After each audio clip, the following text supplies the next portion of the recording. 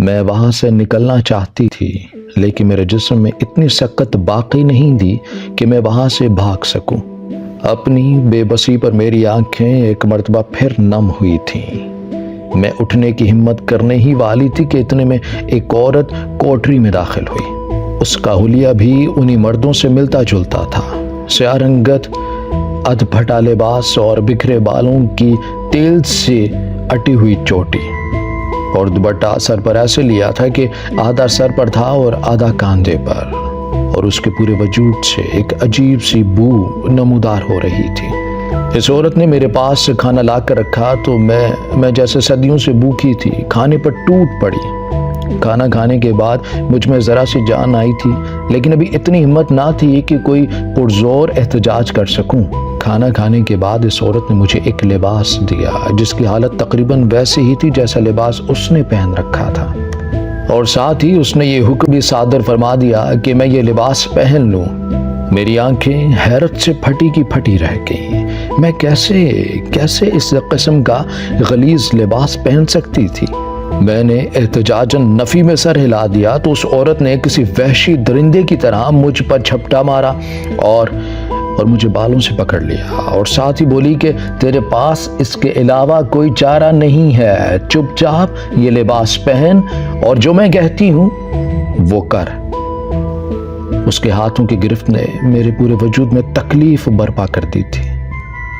میری آنکھیں درد کے مارے آنسو بہا رہی تھیں، لیکن اسے اس چیز سے کوئی غرض نہیں تھی۔ میں نے درد کو برداشت کرنے کے لیے ایک دم آنکھیں موند لیں۔ اب مزید میں کوئی حرکت نہیں کر پا رہی تھی۔ تب ہی اس نے اپنا ہاتھ میرے بالوں سے ہٹا لیا۔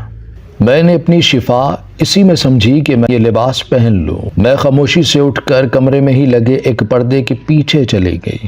میری آنکھیں تکلیف کے مارے مسلسل بہتی جا رہی تھیں اور میرے قدم مسلسل لڑکھڑا رہے تھے، مگر میں نے وہ کپڑے بنا کسی عجلت کے پہن لیے۔ جب میں پردے سے باہر آئی تو وہ عورت جلدی سے میری جانب بڑھی اور اس نے میرے منہ پر کچھ کالک لگا دی۔ اس کے ہاتھوں کی گرفت اتنی سخت تھی کہ میرے وجود میں اس سے بقا حاصل کرنے کی جرت ہی نہیں ہو پائی۔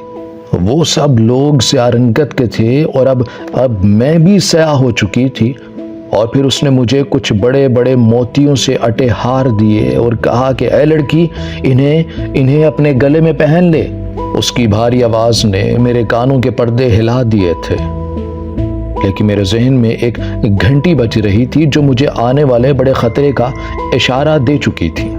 خیر، میں نے وہ مالائیں بھی پہن لیں۔ اس کے بعد وہ لوگ مجھے گھر سے باہر لے آئے اور دیکھتے ہی دیکھتے ایک بڑی سی گاڑی آئی جس میں ہم سب بیٹھ گئے۔ اس عورت کے ساتھ 3-4 مرد بھی تھے۔ گاڑی کے شیشوں پر پردے لگے تھے جس کی وجہ سے میں باہر کا منظر نہیں دیکھ پا رہی تھی۔ شام ہونے والی تھی۔ ان لوگوں نے مجھے ایک چھوٹے سے چوک میں ایک بجلی کے کھمبے کے پاس بٹھا دیا اور میرے ہاتھ میں ایک پیالہ دے دیا۔ اس وقت میرے ذہن سے سارے پردے ہٹ گئے تھے۔ میں جان گئی تھی کہ یہ لوگ بیکاری ہیں اور اب مجھ سے بھی یہی کام کروانا چاہتے ہیں۔ میں مسلسل خوف کے مارے ادھر ادھر دیکھ رہی تھی، لیکن مجھے مجبوراً یہ سب کرنا تھا کیونکہ اس گروہ کے بہت سے لوگ میرے ارد گرد کسی نہ کسی بھیس میں موجود تھے۔ اس لیے میرے پاس فرار کا کوئی راستہ نہیں تھا۔ لوگ آتے جا رہے تھے، کوئی 10 دے کر جاتا تو کوئی 20 روپے یا 50 دے کر چلا جاتا، اور اسی دوران کئی بدماش لڑکے بھی آئے جنہوں نے میرے سامنے پیسوں کے بہانے کوئی معنی خیز اشارے اور نازیبا حرکتیں بھی کیں، مگر میں بالکل کسی سکت وجود کی طرح اپنی جگہ سے ٹس سے مس نہیں ہوئی۔ بے بسی اور خوف کا عالم ایسا تھا کہ کسی بھی انسان کی روح کانپ جائے۔ رات کے تقریباً 9 بج رہے تھے جب ایک مرتبہ پھر وہی گاڑی آئی اور اس عورت نے مجھے اس گاڑی میں بٹھایا اور ہم لوگ پھر واپس کوٹری میں آ گئے۔ تھوڑی ہی دیر بعد وہی عورت کمرے میں داخل ہوئی۔ اس کے ہاتھ میں ایک نارنجی رنگ جا خوبصورت لباس تھا جو اس نے مجھے پہننے کو دیا۔ میں جلدی سے اٹھی، ہاتھ منہ دھویا اور وہ کپڑے بدل لیے، اور اب مجھے کچھ سکھ کا سانس آ رہا تھا، مگر اگلے ہی لمحے مجھ پر ایک اور قیامت ٹوٹ پڑی۔ اس وقت کمرے میں ایک آدمی داخل ہوا جسے دیکھ کر میرے پیروں تلوں سے زمین نکل گئی تھی۔ میں سوچ بھی نہیں سکتی تھی کہ میرے ساتھ ایسا بھی ہو سکتا ہے۔ میرے وہم و گمان میں بھی نہیں تھا کہ میں اس طرح رسوا کی جاؤں گی۔ اس پورے وقت میں اب مجھے اپنی غلطی کا شدت سے احساس ہو رہا تھا کہ کاش میں نے وہاں سے بھاگنے کی غلطی نہ کی ہوتی تو میرا ماضی میرے حال سے کئی درجے بہتر ہوتا۔ وہ ماضی جسے میں روند آئی تھی بار بار میرے ذہن کی کھڑکیوں پر دستک دے رہا تھا۔ ابھی چند سالوں پرانی ہی تو بات ہے، میرے 4 بھائی تھے، اماں ابا اور ہم سب ہنسی خوشی زندگی گزار رہے تھے۔ آہستہ آہستہ سب بھائیوں کی شادی ہو گئی۔ بھابیاں ہر وقت اماں سے لڑتی رہتی، یہی وجہ تھی کہ کوئی بھابی بھی چند ماہ سے زیادہ ہمارے ساتھ نہیں رہی تھی۔ سب اپنے اپنے گھر کی ہو گئی تھی، بھائی انہیں لے کر الگ گھر میں رہنے لگے تھے۔ اس وقت میں 12 سال کی تھی جب ابا کا انتقال ہو گیا۔ اماں ہر وقت بیمار رہنے لگی تھی۔ اب مجبوراً مجھے گھر کا سودا سلف لینے باہر جانا پڑتا تھا۔ میرا رنگ کپاس کے گولے کی طرح سفید تھا اور حسن تو جیسے مجھ پر ٹوٹ کر اترا تھا۔ یہی وجہ تھی کہ اماں مجھے گھر سے باہر نہیں جانے دیتی تھی، اور اب جب میں باہر جاتی تو ہمارے محلے کے لڑکے مجھے عجیب نظروں سے دیکھتے اور آوازیں کستے تھے۔ لیکن ماسی امیرہ، جو میری امی کی بہت اچھی سہیلی تھی، ان کا بیٹا ہمیشہ لڑکوں کو روکتا کہ اس طرح کی حرکتیں نہ کرو۔ مجھے اس کی یہ عادت بے حد لبھاتی تھی۔ ایک روز ماسی امیرہ نے مجھے کہا کہ بیٹا تم گھر رہا کرو، کوئی بھی سودا لینا ہو مجھے بتا دیا کرو، میں لا دوں گی۔ ان کی اس بات کے بعد میں زیادہ تر وقت گھر پر ہی گزارتی تھی۔ اکثر وہ آصف کے ہاتھ ہی سودا سلف بھجوا دیتی تھی، جس پر بھی محلے والے باتیں کیا کرتے تھے۔ آصف کے لیے میری پسندیدگی بڑھتی ہی چلی جا رہی تھی۔ ایک روز اچانک میرے 4 بھائی خون بھری نظریں لیے گھر میں داخل ہو گئے، اور وہ ایک ایسا بھیانک اتفاق تھا کہ آصف بھی اسی وقت سودا لے کر نکلا تھا۔ بھائیوں کو اس قدر تیش میں دیکھ کر میرے ہاتھوں سے سبزی کا شاپر گر گیا اور سارا سامان بکھر گیا۔ بھائیوں نے آؤ دیکھا نہ تاؤ اور جانوروں کی طرح مجھ پر برس پڑے۔ میں زور زور سے چیخ رہی تھی اور اپنے آپ کو بچانے کے لیے احتجاج کر رہی تھی۔ وہ لوگ بار بار یہ کہہ رہے تھے کہ تجھ میں ذرا غیرت نہیں ہے، تو نے ہماری عزت مٹی میں ملا دی ہے، کس کے ساتھ نین مٹکا کرتی پھرتی ہے تو۔ اور پھر ساتھ ہی وہ ایسے الفاظ استعمال کر رہے تھے کہ کوئی بھی عام انسان سنے تو کانوں کو ہاتھ لگائے بنا نہیں رہ پائے گا۔ ابھی وہ مجھ پر برس ہی رہے تھے کہ اچانک گھر میں ماسی امیرہ داخل ہوئی اور مجھے میرے وحشی بھائیوں سے بچاتے ہوئے بولی کہ تم لوگوں کو ذرا شرم نہیں آتی؟ اس وقت تم لوگوں کی غیرت کہاں تھی جب تم سب اپنی بیویوں کے قدموں میں ڈھیر ہو گئے تھے؟ اس وقت تو کسی نے اپنی بیمار ماں اور جوان بہن کی خبر تک نہیں لی تھی، اور اب تم سب کو عزت کا خیال آ رہا ہے۔ ان کی باتیں سن کر میرے سب بھائیوں کے ہاتھ رک گئے تھے۔ تب امیرہ بولی کہ میرا بیٹا آصف تو صرف سبزی دینے آتا ہے، اور وہ بھی میرے کہنے پر آتا ہے، اور جن بہنوں کے تم جیسے بھائی ہوں ان بیچاروں کو کسی نے تو سہارا دینا ہے۔ اتنی ہی تم لوگوں کو جو اپنی غیرت کی پرواہ ہے تو اس کی شادی کر دو نا۔ یہ سن کر میرے بھائیوں کے منہ اور ہاتھوں پر تو جیسے تالے پڑ گئے تھے، اور میں بیچاری دور کھڑی بلک کر رو رہی تھی۔ ماسی امیرہ نے مجھے سینے سے لگایا اور بہت پیار کیا۔ وہ سب اسی تیش میں گھر سے نکل گئے۔ وہ پورا دن اور رات میں اپنی ماں کے قدموں میں بیٹھی روتی رہی۔ میری ماں بیچاری نم آنکھیں چھت پر ٹکائے خاموشی سے لیٹی تھی۔ وہ بھی کیا کر سکتی تھی؟ ان میں تو بولنے کی سخت بھی باقی نہیں تھی۔ اگلے ہی روز میرے بھائیوں نے مجھ پر حکم صادر فرما دیا کہ تمہارا شام کو نکاح ہے۔ میں نہیں جانتی تھی کہ مجھے کس کی ڈولی میں بٹھایا جا رہا ہے۔ شام کو بھابیوں نے مجھے نیا جوڑا پہنایا، ہلکا سا میک اپ کیا، اور پھر میرا نکاح پڑھوا کر مجھے رخصت کر دیا گیا۔ میرا دکھ صرف میری ماں ہی سمجھ سکتی تھی۔ میں اپنی نیم مردہ ماں کے گلے لگ کر نہ جانے کتنی دیر روتی رہی۔ خیر، اب میں پیا دیس جا رہی تھی۔ جہاں جانے کے لیے لڑکیوں نے نہ جانے کتنے خواب آنکھوں میں بسائے ہوئے ہوتے ہیں۔ دلہے نے چہرے پر سہرا پہن رکھا تھا، اس لیے میں اسے دیکھ نہیں پائی تھی۔ مجھے ایک بڑی سی گاڑی میں بٹھا کر لے جایا جا رہا تھا، جس سے یہ تو اندازہ کیا جا سکتا تھا کہ میرے بھائیوں نے کسی کھاتے پیتے گھر میں میری شادی کی ہے۔ وہ گاڑی ایک محل نما گھر کے سامنے رکی تھی۔ اس گھر کو دیکھ کر ایسے لگ رہا تھا جیسے وہ کسی بہت بڑے زمیندار کا گھر ہو۔ گاڑی کے رکتے ہی کسی نوکر نے آ کر دروازہ کھولا اور میں شہزادیوں کی طرح گاڑی سے اتری۔